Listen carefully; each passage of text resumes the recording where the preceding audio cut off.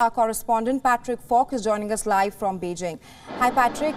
Now, this is not the first time that hundreds of workers are protesting at Foxconn's iPhone factory. My question to you is that what exactly are fueling these demonstrations?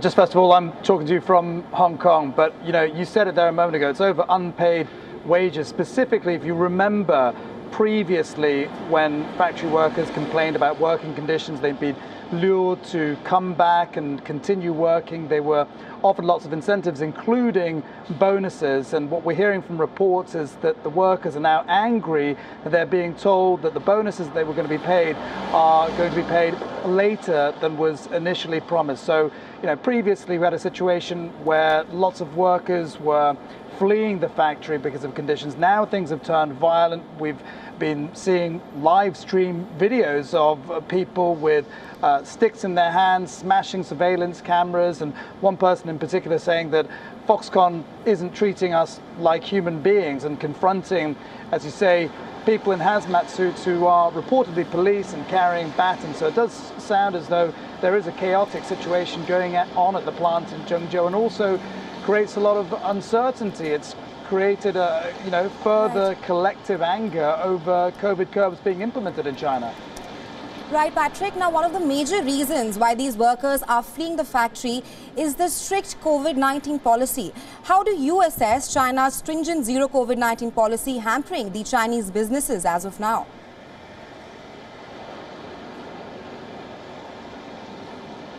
Well, look, anything that anyone says is really a bit of a guess. I mean, the outlook is entirely uncertain, and authorities do seem to be flip-flopping on whether or not to make adjustments and ease the zero COVID policy or refine it, as they say.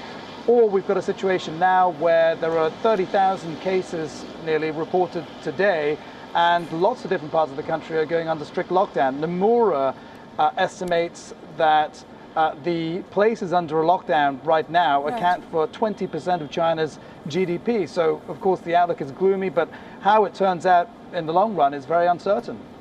Right, and going forward, do you think this incident will dent China's image as a global manufacturing hub?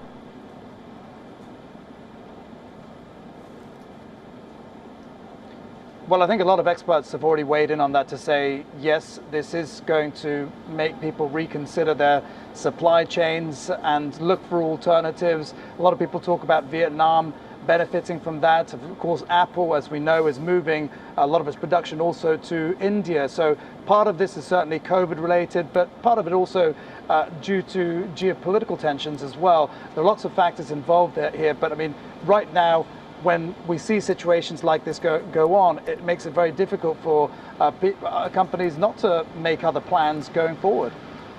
Right, Patrick, my last question to you. How are these demonstrations going to impact sale of Apple products just before the start of the annual Christmas and New Year shopping?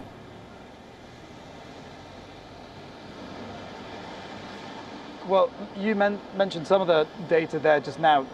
This Apple plant produces, as far as we understand, 70% of all Apple products, and in particular 80% of the iPhone 4 production comes out of the Zhengzhou plant. So, as you can imagine, right now the capacity coming out of the plant is not at the sort of maximum level it should be.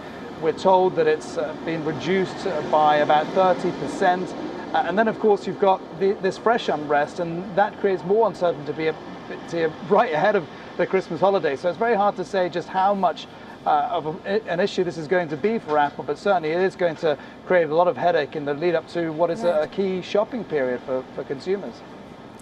Right. Thank you, Patrick, for joining us live from Hong Kong. Thanks very much.